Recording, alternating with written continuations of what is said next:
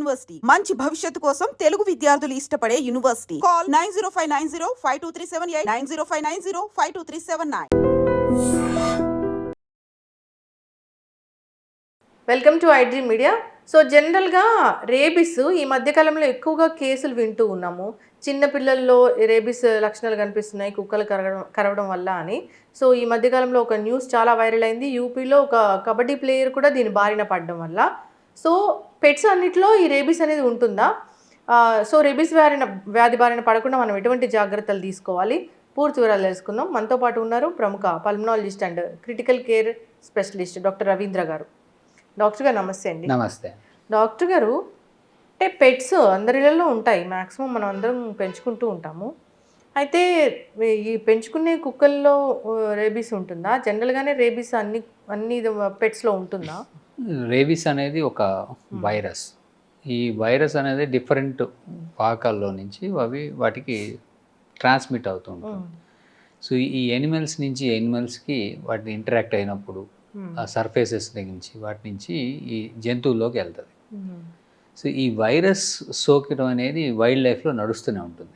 Wild లైఫ్లో వేటిల్లో ఉంటుంది ఈ వైరస్ అని అంటే ఎక్కువ గబ్బిలాల్లో ఉంటుంది ఈ రేబీస్ వ్యాక్సిన్. ఫాక్సెస్, నక్కలు, ఈ నక్కలు లాంటి జాతులు, తోడేళ్ళు, ఈ కుక్కలు, వైల్డ్ డాగ్స్ వీటిల్లో ఎక్కువ ఉంటుంది. ఇక్కడ వైల్డ్ లైఫ్లో అక్కడ నుంచి ఇవి డొమెస్టిక్ కూడా మెల్లగా సైకిల్లో నడుస్తూ ఉంటుంది. సో ఇవి వచ్చి వాటికి కూడా ఇన్ఫెక్ట్ అవుతాయి.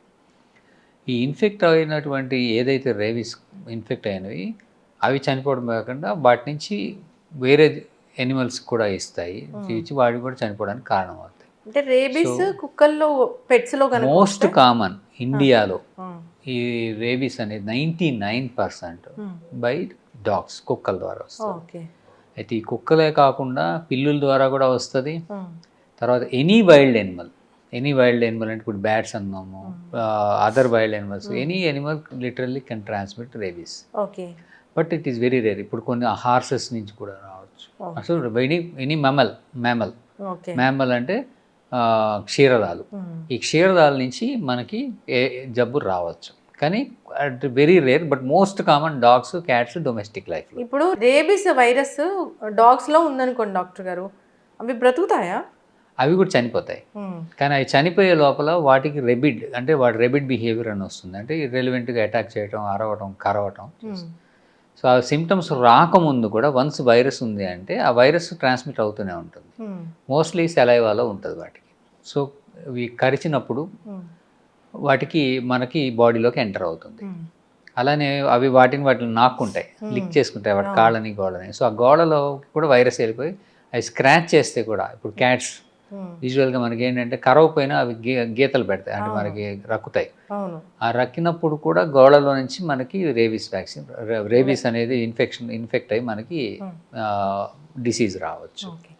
యూజువల్గా ఈ రేబీస్ అనేది సాధారణంగా నెగ్లెక్ట్ చేస్తాం, ఎందుకంటే అది ఓన్లీ కరవలేదు కదా అని చెప్పి మా వాళ్ళు వదిలేస్తారు. కానీ కొన్నిసార్లు ఏమవుతుందంటే మనకే తెలియకుండా చర్మం మీద బ్రేక్స్ ఉంటాయి, అంటే ఎబ్రేషన్స్, వూండ్స్ ఉంటాయి. వాటిని వాటిని టచ్ చేసిన వాటి సెక్రీషన్స్, ఇప్పుడు ఈవెన్ టీయర్స్ లాంటివి తగిలిన అక్కడ వైరస్ ఇనాక్యులేట్ అక్కడి నుంచి వెళ్ళటం స్టార్ట్ అవుతుంది. ఈ లక్షణాలు అనేవి ఒకసారి ఈ కుక్క కాటు కానీ ఎవరైనా గురైతే ఒకసారి 3 రోజుల నుంచి ఒకసారి 6 నెలలు కూడా పట్టచ్చు. అయితే కొంతమందికి ఆ కరిచిన దెబ్బ మానిపోతుంది, అసలు వాళ్ళకి గుర్తు కూడా ఉండదు. ఆ తర్వాత వస్తాయి లక్షణాలు, కానీ వైరస్ అనేది ఉంటుంది. స్లోగా వెళ్తుంది. అది depends on the distance from the brain. మొహానికి దగ్గరగా అంటే బ్రెయిన్కి దగ్గరగా వస్తే తొందరగా లక్షణాలు వచ్చేస్తాయి. అదే కాలుకి, చిన్న పాదాల దగ్గర అయితే అది ట్రావెల్ చేసి బ్రెయిన్ దాకా ఎక్కేసరికి టైం పడుతుంది. సో ఇంక్యుబేషన్ పీరియడ్ కూడా డిస్టెన్స్ని బట్టి మారుతుంది. కానీ రేబీస్ అనేది వస్తే దానికి ట్రీట్మెంట్ అంటూ లేదు. సో దానివల్ల మనం భయపడాల్సి వస్తుంది. ట్రీట్మెంట్ లేదు. బొడ్డు చుట్టూ ఇంజెక్షన్ చేయించుకునే అది ప్రివెన్షన్. అంటే రేబీస్ రాకముందు, మనకి జబ్బు మొదలవ్వక ముందు, ఈవెన్ దో మనకు వైరస్ బాడీలోకి వచ్చిన ట్రీట్మెంట్ తీసుకుంటే అది జబ్బు కారణం చేసి, ఇదిగో ఇప్పుడు చెప్పాను కదా 6 రోజుల నుంచి 10 ఒకసారి 6 నెలలు, ఆ టైం లోపల మనకి ఇమ్యూనిటీ వచ్చి మనము సేవ్ అవుతాం. కానీ బేసిక్గా దానికంటూ ట్రీట్మెంట్ లేదు, ఓకే. చనిపోవడం వస్తే వెరీ రేర్, ఎక్కడో ఒకటి రెండు బతికినట్టు. వరల్డ్ వైడ్ ఇప్పటి వరకు ఒక 20 కేసెస్ బతికాయి అన్నారు, కానీ అది లక్కీలీ ఎందుకు బతికారో తెలియదు. వాళ్ళు కూడా ఫుల్ అంటే నార్మల్గా ఉండదు వాళ్ళకి, మతి స్థిమితం ఉండటము, అట్లా బ్రెయిన్ డ్యామేజ్ అయిపోవడం, ఇలాంటి వాళ్ళు బతకచ్చు. ఇప్పుడు కుక్క కాటు వేసింది లేదా కుక్కలు గీరాయి అన్నప్పుడు వెంటనే వెళ్ళి ఇంజెక్షన్ చేయించుకుంటే అది మనకు రాకుండా ఉంటుంది, నెగ్లెక్ట్ చేయకుండా. So the most best method మనకి ఈ ర్యాబీస్ రాకుండా ఉండాలంటే ఏవైతే పెంపుడు జంతువులు ఉన్నాయో వాటికి వ్యాక్సిన్ వేసేయడం మంచిది. ఓకే. అంటే ఆల్ డాగ్స్, అందుకే చెప్తారు dogs and cats, any mammals వాటికి ఈ రేబీస్ వ్యాక్సిన్ వేయించేసుకోవడం మంచిది. సంవత్సరానికి ఒకసారి అది దాని యాంటీబాడీస్ తగ్గిపోకుండా ఉన్నప్పుడు మెయింటైన్ చేస్తూ వ్యాక్సిన్ అయితే వేయాలి. అలానే వైల్డ్ యానిమల్స్కి ఎక్స్పోజ్ అవ్వద్దు. ఇప్పుడు జరిగిన ప్రాబ్లం అదే. ఆయన ఆ ప్లేయర్ ఏదైతే ఉన్నారో ఒక వైల్డ్ చిన్న పప్పీని ఎక్కడో దేని నుంచి రెస్క్యూ చేశారు ఆయన. ఆ రిస్క్ చేసినప్పుడు అది లిక్ చేయడము, గీకడము, దాని గోర్లు గీసుకోవటం, పన్ను గీసుకోవటం అవ్వటం వల్ల చిన్న పప్పి అయినా ఆ వూండ్లోంచి ఆ వైరస్ వెళ్ళిపోయి ఆయన పట్టించుకోలేదు. బికాజ్ చిన్నపిల్లలకు యాక్చువల్లీ ఏమవుతుందంటే ఈ రేబీస్ అనేది ఫస్ట్ 16 వీక్స్ ఆఫ్ ఏజ్లో పప్పీకి ఉండదు. కారణం ఏంటంటే మదర్ దగ్గర నుంచి యాంటీబాడీస్ వస్తుండటం వలన రేబీస్ వైరస్ అనేది వాళ్ళ దాంట్లోకి పప్పీలోకి ఉండదు అని 16 వీక్స్ తర్వాతే మనకి రేబీస్ వ్యాక్సిన్ పప్పీలకి వేస్తారు, అంటే డాగ్స్కి. సో అక్కడ మరి ఎంత ఏజ్ పప్పీని అతను రిస్క్ చేశారు అని మనకు తెలియదు, అది ఏ ఏజ్లో చేశారో. సో దాన్ని బట్టి దాని నుంచి అయితే వెళ్ళి ఆయనకు తెలియకపోవటం వలన ఇది అంటే అది స్క్రాచ్ అయిందని కానీ లిక్ చేసిందని కానీ మనము దాని అంటే అంత నాలెడ్జ్లో ఉండం, ఆ స్పృహలో ఉండం. సో అది ఆటోమేటిక్గా వెళ్తుంది, దానివల్ల అవుతుంది. సో బెటర్ అంటే మనం ఈ వైల్డ్ యానిమల్స్ ఆర్ స్ట్రే యానిమల్స్కి చాలా దూరం ఉండటం మంచిది. ఎందుకంటే స్ట్రే యానిమల్స్కి ఈ వ్యాక్సినేషన్ ప్రోగ్రామ్ అనేది గవర్నమెంట్ లేదు, అండ్ స్ట్రే యానిమల్స్ తీసేయడం అనేది లేదు. ఇప్పుడు న్యూజిలాండ్ కంట్రీ ఉందంటే దాదాపు అందరికీ వ్యాక్సిన్ వేస్తారు, అన్ని యానిమల్స్కి వ్యాక్సిన్ వేస్తారు, వాటికి స్ట్రే డాగ్స్ ఉండవు. సో అలాంటి చోట రేబీస్ అనేది తక్కువ ఉంటుంది. కానీ మనకు వచ్చేసరికి స్ట్రే డాగ్స్ చాలా ఎక్కువ, వాటి వ్యాక్సినేషన్ లేదు, వాటి కంట్రోలు లేదు. అలానే మనకి రేబీస్ అనేది కూడా మనకి ఎక్కువగా ఉంది వైల్డ్ లైఫ్లో కానీ కేసెస్. ఇట్లా ఈ సదరన్ పార్ట్ సౌత్ తీసుకుంటే nearly 60,000 cases per annum deaths అవుతున్నాయి. అంటే ఎవ్రీ 9 మినిట్స్కి ఒక డెత్ అయ్యే chance, and it is preventable.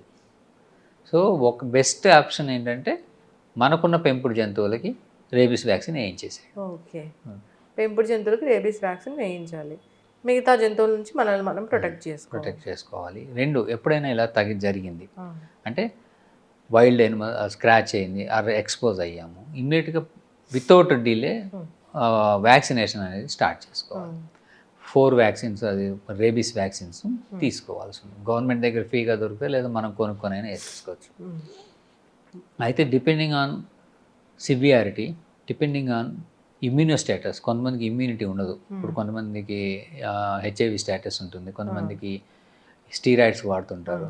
అలా ఇమ్యూన్ స్టేటస్ తక్కువ ఉంటే వాళ్ళకి ఈ వ్యాక్సినేషన్తో పాటుగా ఇమ్యూనోగ్లోబులిన్స్ కూడా ఇవ్వాల్సి ఉంటుంది. కన్ఫర్మ్డ్ రేబిడ్ కేసు బాగా ఎక్కువ వూండ్స్ అయినాయి, సో ఛాన్స్ సీరియస్నెస్ ఎక్కువ ఉంది, కొన్ని గట్టిగా బాగా ఎక్కువ వూండ్స్ అవుతాయి అటాక్లో. అలాంటప్పుడు కూడా ఇమ్యూనోగ్లోబులిన్స్ కూడా తీసుకోవాల్సి ఉంటుంది. పెద్ద డేంజర్ అసలు ఇది, చాలా అవేర్నెస్ తక్కువ ఉంది మనకి. సో అవేర్నెస్ అనేది ముందు నుంచి ఉంది, కానీ మధ్యలో ఇలాంటి జరిగినప్పుడు అందరూ భయపడి చేస్తారు. మరుపు అనేది కామన్, సో మిగతా మళ్ళీ నెగ్లెక్ట్ చేస్తారు. సో ఈ వైల్డ్ లైఫ్లో తిరిగేవాళ్ళు, ఈ బ్యాట్స్ వాటితో డీల్ చేసేవాళ్ళు, గబ్బిలాలు, అలానే ఇప్పుడు wild animals any not only అంటే అవుట్స్కట్స్లో కానీ లేదంటే ఫారెస్ట్స్లో కానీ డీల్ చేసేవాళ్ళు ఆర్ ఎక్స్పోజ్ అయితే కంపల్సరీ వాట్ ఎవర్ ఎలాంటి యానిమల్ అయినా అది కాదులే. కొన్నిసార్లు ఏమవుతుందంటే ఈ ర్యాట్ బైట్స్ అవుతాయి, కొన్నిసార్లు there is a chance that rat bite also can transmit. అయితే ర్యాట్ బైట్ నుంచి లేదు అని చెప్పి టెక్స్ట్ బుక్ కొన్నిసార్లు ఉన్నట్టుంది, అంటే మనం డిసైడ్ చేసుకోవాలి. ఇప్పుడు తెలియకుండా పడుకొని ఉంటే ఇప్పుడు స్టోర్ రూమ్స్లో వాటిలో ఉన్నవి వచ్చి ఎలుకలు కాలు కొరికేస్తుంటాయి, సో అలాంటప్పుడు బెనిఫిట్ ఆఫ్ డౌట్ ఉన్నప్పుడు కంపల్సరీ వ్యాక్సిన్ చేసేసుకోవడం బెటర్. ఎందుకంటే ఏ ఎనిమల్ ట్రాన్స్మిట్ చేస్తాయి, చాలా చోట్ల కోతులు అటాక్ చేస్తాయి, మంకీస్. అవును. ఈ మంకీ అటాక్ చేయడం కరవకపోయినా ఈ గీత పెట్టే మనకి గోడతో గీకెళ్తాయి. అలాంటప్పుడు కూడా ఇన్ బెనిఫిట్ ఆఫ్ డౌట్ మనము వ్యాక్సిన్ తీసేసుకోవడం బెటర్. ఎందుకంటే wild animals especial monkeys can transmit. కానీ ఎక్కడ కేసులు లేవు కదా, నమోదు అవ్వలేదు అని చెప్పలేము. ఆ మంకీని పట్టుకోవడం కష్టం, దానికి రేబీస్ ఉందో లేదో తెలియడం కష్టం. అది తర్వాత ఎక్కడన్నా చచ్చిపోయిందో లేదో కుక్కంటే కనబడుతుంది, కానీ మంకీ ఎక్కడో వెళ్ళి చనిపోతుంది. సో మనకి ఈ అటాక్స్ అయ్యి ఈ స్క్రాచెస్ అయినప్పుడు బెనిఫిట్ ఆఫ్ డౌట్ ఇంజెక్షన్ తీసేసుకోవడం బెటర్. డాక్టర్ గారు, ఇప్పుడు డాగ్స్లోనే రేబీస్ ఉంది అన్నప్పుడు వాటి బిహేవియర్ ఎగ్జాక్ట్గా ఈ బిహేవియర్ ఉంటే వీటికి రేబీస్ ఉందని మనం గుర్తుపట్టచ్చా? ఇనిషియల్గా గుర్తుపట్టలేం, కానీ తర్వాత కొంచెం ఇర్రిలివెంట్ బిహేవియర్లో ఉంటాయి. రేజింగ్ ఎక్కువ ఉంటుంది, డ్రూలింగ్ అంటే సెలైవ్ అది కారుతూ ఉంటుంది, సిక్గా కనబడతాయి. అవి తెలిసి అవి అంటే మనకి అటాకింగ్ అన్నెసరీ అన్ప్రొవోక్డ్ అటాక్స్ ఉంటాయి వాటిలో. అన్ప్రొవోక్డ్ మనం ఏమైనా ఇప్పుడు ఏమైనా హాన్ చేస్తామని దగ్గరికి అట్లా అటాక్ కాకుండా అవి ఆటోమేటిక్గా అటాక్ చేయడం, ఇలా కొంత ఇర్రిలివెంట్ బిహేవియర్ ఉండి వాటికి కూడా డ్రూలింగ్ అంటే సెలైవ్ కారుతుంది ఉంటే అది రేబిడ్ కింద తీసుకోవాలి. Most of the rabies transmission అంత రేబిడ్ డాగ్స్ వల్ల కాదు, అవి ఇనిషియల్ పీరియడ్ అసిమ్టమేటిక్ ఉన్నప్పుడే వస్తాయి. ఓకే, అందుకని జాగ్రత్త తీసుకోవాల్సిందే. ఇప్పుడు రేబీస్ ఉన్న కుక్క కరిచింది, వ్యాక్సిన్ తీసుకున్నారు అంటే వాళ్ళు సేఫ్గా ఉన్నట్లేనా 100%? ఆ టైంని బట్టి దాదాపుగా సేఫ్. ఇప్పుడు తీసుకోలేదు, లక్షణాలు వచ్చాయి అంటే డాగ్ లక్షణాలే వీళ్ళు బిహేవ్ చేస్తారా? డాగ్ లక్షణాలు కాదు, వచ్చిన వాళ్ళకి 2-3 రకాల సిమ్టమ్స్ బయటపడతాయి. అంటే కొన్ని ఏమో న్యూరలాజికల్ ఎక్కువగా ఉంటాయి. యూజువల్గా హైడ్రోఫోబియా ఉంటుంది. Hydrophobia and photophobia. హైడ్రోఫోబియా అంటే వాళ్ళు నీళ్లు చూడగా ఆ శబ్దం విన్నా వాళ్ళకి ఈసోఫాగస్ స్పాజంలోకి వెళ్ళిపోతుంది, నీళ్లు తాగరు. తర్వాత వాళ్ళు మెల్లగా వాళ్ళకి సెలైవ్ డ్రూలింగ్ వస్తుంది, ఇర్రెలవెంట్గా బిహేవ్ చేస్తుంటారు. కొన్ని మందికి న్యూరలాజికల్ డెఫిసిట్స్ వస్తాయి. తర్వాత కొంతమందికి ఇప్పుడు ఉండే కొద్దీ వాళ్ళు వెలుతురు తట్టుకోలేరు, డార్క్ రూమ్లో పెట్టాల్సి వస్తుంది. సో ఇవన్నీ ఏంటంటే రేబిడ్ స్పెషల్ సెంటర్స్లో డార్క్ రూమ్లో సౌండ్ లేకుండా, వాటర్ లేకుండా వాళ్ళకి అలా ఇచ్చి మత్తు మందులు కొన్ని మందులు ఇచ్చి చనిపోయేదాకా వెయిట్ చేస్తారు. అంతే, ట్రీట్మెంట్ ఏం లేదు. ఓకే, సో హైడ్రోఫోబియా అని మనం రీల్స్లో చూస్తున్నాము చాలా ఈ మధ్య. సో అదేంటంటే వాళ్ళు తగిలితే వాళ్ళు సిమ్టమ్స్ అయిపోయి వాళ్ళు బాగా ఇబ్బంది పడుతూ ఉంటారు. సో అందుకని వాళ్ళకి ఏంటంటే డార్క్లో పెట్టి కంఫర్ట్ చేస్తూ వాళ్ళకి వాళ్ళ వల్ల ఇప్పుడు ఆ సెలైవ్ వాళ్ళది మనకి టచ్ అయినా ఛాన్స్ ఉంటుంది. అయ్యో అవునా? ఇప్పుడు మనకి చేతులు కట్స్ ఉన్నాయి, వాళ్ళని టేక్ కేర్ చేసేప్పుడు ఆ సెలైవ్ మనకి తగిలినా వస్తుంది. సో ఆ టీయర్స్ తగిలినా వస్తుంది. అందుకని వాళ్ళకి దూరంగా పెట్టి వాళ్ళు ఎనీ సెక్రీషన్స్ వైరస్ ఉంటుంది, సెక్రీషన్స్లో వెరీ డేంజర్ అయితే. ఎస్, ఎస్పెషల్లీ ఏంటంటే ఈ మ్యూకోకుటేనియస్ ఎక్స్పోజర్ అంటారు. మ్యూకోకుటేనియస్ ఎక్స్పోజర్ అంటే ఇప్పుడు జంతువుల సెలైవా అవి వచ్చి మనల్ని వాటి సెలైవా మనం మ్యూకోకుటేనియస్ అంటే మన నోట్లోకి కానీ మన కంట్లోకి కానీ అట్లా వెళ్ళినప్పుడు అది హయ్యర్ గ్రేడ్ ఎక్స్పోజర్ కింద తీసుకుంటాం. ఈ హయ్యర్ గ్రేడ్ ఎక్స్పోజర్ ఉన్నప్పుడు కంపల్సరీ వాళ్ళకి ఇమ్యూనోగ్లోబులిన్స్ ఇచ్చేయాలి. మరి డాక్టర్ గారు ఎన్ని వీడియోస్ చూస్తున్నామండి, అసలు పెట్స్ని పెంచుకుంటారు, వాళ్ళకి చాలా కిస్ ఇస్తారు, అసలు వాళ్ళకి ఫుడ్ పెడితే వీళ్ళు తింటూ ఉంటారు, అవన్నీ చేసుకోవచ్చు ప్రొవైడెడ్ దానికి వ్యాక్సిన్ వేస్తే. ఇప్పుడు మన పెట్ యానిమల్స్కి వ్యాక్సిన్ వేసేస్తే దానికి వైరస్ రాదు, వచ్చినా మనకి ట్రాన్స్మిట్ అవ్వదు, అది ఆటోమేటిక్గా ఇంప్రూవ్ అయిపోతుంటుంది. సో రెగ్యులర్ వ్యాక్సిన్ షెడ్యూల్ వేస్తే pet animals are safe rabies వలన. ఇప్పుడు డాగ్ బైట్ అయింది, అది రేబీస్ వైరస్ ఉన్న డాగే అనుకోండి డాక్టర్ గారు, మనం వ్యాక్సిన్ తీసుకున్నాము, జాగ్రత్తలు ఏం తీసుకోవాలి? యూజువల్గా అబ్జర్వేషన్ పెట్టుకోవాలి. కుక్కని అది ఇంట్లో ఉంది, అది ఒక 4-5 days 10 days 1 weekలో ఏమైనా చనిపోతే అది రేబిడ్ డాగ్ కన్ఫర్మ్ అయిపోతుంది. లేదా ఇంకా టైం తీసుకుంటాం, బట్ అబ్జర్వేషన్ అయితే పెట్టాలి. 2, డయాగ్నోస్ చేయడం అనేది కష్టం, ఏ టెస్టులు పంపడానికి లేదు, మనకి పూణేకి పంపాల్సి వస్తుంది. అది కూడా రీసెర్చ్లోనే ఉంది, కానీ టెస్టులు అంటూ రొటీన్గా అవైలబిలిటీ లేవు. ఏదైతే వూండ్ ఉందో వూండ్ కేర్ తీసుకోవాలి. సాధారణంగా ఏంటంటే బాగా పెద్దగా అయిన ఫస్ట్ వూండ్ని సోప్ అండ్ వాటర్తో కడగాలి బాగా, మర్చిపో అక్కడ ఉన్న వైరస్ ఈ సెలైవ్ ఏమైనా ఉంటే లోపలికి వెళ్ళకుండా కొంత కొట్టుకుపోతుంది, ఎంతో కొంత లోపలికి. ఇమ్మీడియట్గా వూండ్ వాష్ అనేది ఇంపార్టెంట్, బాగా థరో వాష్. తర్వాత వూండ్ని ఎప్పుడు కట్టకూడదు, కడితే వైరస్ లోపలికి ఎక్కువ వెళ్తుంది. అలానే ఊడినప్పుడు సూచర్ చేయకూడదు. రేబీస్ సస్పెక్షన్ ఉంటే సూచర్ చేయకుండా ఓపెనే ఉంచాలి, కట్టకూడదు. ఓన్లీ కడగాలి. ఇంకా మన అదర్ ట్రీట్మెంట్స్ ఏమన్నా లోకల్ యాంటీసెప్టిక్స్ ఇవి మనము అప్లై చేసుకోవచ్చు. ఇది వూండ్ గురించి. 2 observation of the patient. Wound severity ఎక్కువ ఉండి are grade of the exposure ఎక్కువ ఉంటే ఇమ్యునోగ్లోబులిన్ ఇవ్వాలి. కొన్ని వూండ్ చుట్టూ కూడా ఇస్తారు, తర్వాత బాడీకి ఇస్తారు, తర్వాత వ్యాక్సినేషన్ కూడా స్టార్ట్ చేయాలి. అండ్ ఎప్పుడు స్టార్ట్ చేయాలి వ్యాక్సినేషన్? ఎంత తొందరగా అంటే అంత ఫస్ట్ 24 hours 48 hours యూజువల్గా చేసేసుకోవాలి. ఎందుకంటే ఒకసారి 3 రోజులు 4 రోజులకే సిమ్టమ్స్ వచ్చేస్తాయి సివియారిటీని బట్టి. సో అందుకని యాజ్ సూన్ యాజ్ పాసిబుల్ అందుకని సాధారణంగా ఏంటంటే అదే రోజు 0లోనే చేసేసుకోమంటారు వ్యాక్సినేషను. లేదు ఫస్ట్ 24 hours అయితే చేసేసుకోవాలి. అలానే దాటిపోయిందని టెన్షన్ పడకుండా దాటినా కూడా ముందైతే వ్యాక్సినేషన్ స్టార్ట్ చేసుకొని ఇంకేస్ ఒకటి అబ్జర్వ్ చేసుకొని చూసుకోవాలి. సో మిస్ అవ్వకుండా ఉండడం అనేది ఇంపార్టెంట్. చాలా జాగ్రత్తలు తీసుకోవాలి. అయితే అసలు డాగ్స్ అనేవి ఎక్కువగా తిరుగుతూ ఉంటాయి, ముందు కరిచే కుక్కలు ఎక్కువగా ఉంటుంటాయి స్ట్రీట్లో. ఈ ప్రమాదం ఎక్కువ స్ట్రే డాగ్స్ వల్ల. ఎందుకంటే పెంచుకున్న డాగులు అగ్రెసివ్ ఉంది, కరిసినా కూడా వాళ్ళు వ్యాక్సిన్ వేస్తారు కాబట్టి 99 అంటే దాదాపు అందరూ వ్యాక్సిన్ వేయించుకుంటారు, వాళ్ళకి రిస్క్ ఉంటుంది కాబట్టి దానివల్ల ట్రాన్స్మిట్ అవ్వదు. యూజువల్లీ స్ట్రే డాగ్స్ వల్లనే వస్తుంది. స్ట్రే క్యాట్స్, స్ట్రే డాగ్స్ వాటి వల్లనే వస్తుంది. ఎంత వ్యాక్సిన్ వేసినా డాక్టర్ గారు అవి పెట్స్ కాబట్టి మన సెలైవా వాళ్ళ సెలైవాతో కలిస్తే మనకి చాలా ఇబ్బందులు వచ్చే అవకాశం ఉంటుంది కదా. అంటే వన్స్ దేర్ వ్యాక్సిన్ రేబీస్ అయితే రాదు. రేబీస్ రాదు, బట్ అదర్ ప్రాబ్లమ్స్ జూనోసిస్ అంటారు. జూనోసిస్ అంటే ఎనిమల్స్ నుంచి హ్యూమన్స్కి ట్రాన్స్మిట్ అయ్యే డిసీజెస్. ఇవి చాలానే ఉన్నాయి లిస్టు. అది టాపిక్ ఇప్పుడు మనకి పెద్దది కాబట్టి ఆ జూనోసిస్ రావచ్చు. 2 ఇన్ఫెక్షన్ కాక ఈ సెలైవర్స్ వలన ఎలర్జీస్ వస్తాయి. ఎలర్జీస్ అంటే ఇప్పుడు పెట్ యానిమల్స్ ఏమున్నా కానీ ఆస్తమా పెరగచ్చు, స్కిన్ ఎలర్జీస్, దురదలు, కళ్ళు దురదలు, ఇలాంటివి ఎలర్జీస్ ఎక్కువగా వస్తాయి. So based on the requirement and ఆ పర్సన్ యొక్క స్టేటస్ని బట్టి వాళ్ళు దానికి దూరం ఉండటము, లేకపోతే అవాయిడ్ చేయటము, పెంచుకోకపోవటము, ఇలాంటివి చేసుకోవాలి. ఏదైనా జాగ్రత్తలు అయితే తీసుకోవాలి. సో స్ట్రీట్ డాగ్స్ని అయితే మనం ఖచ్చితంగా వాటి జోలికి పోకుండా ఉండడమే మంచిది. వీలైనంత దూరంగా నడుచుకుంటూ వెళ్ళిపోవడమే మంచిది. చాలా అంటే మళ్ళీ డాగ్ లవర్స్ వాళ్ళందరూ వేరేలాగా అనుకోవచ్చు, కానీ కాకపోతే వాటి నుంచి ఇంత థ్రెట్ ఉంది కదా డాక్టర్ గారు. డాగ్ లవర్స్తో అంటే ప్రాబ్లం ఏమి లేదు అందులో.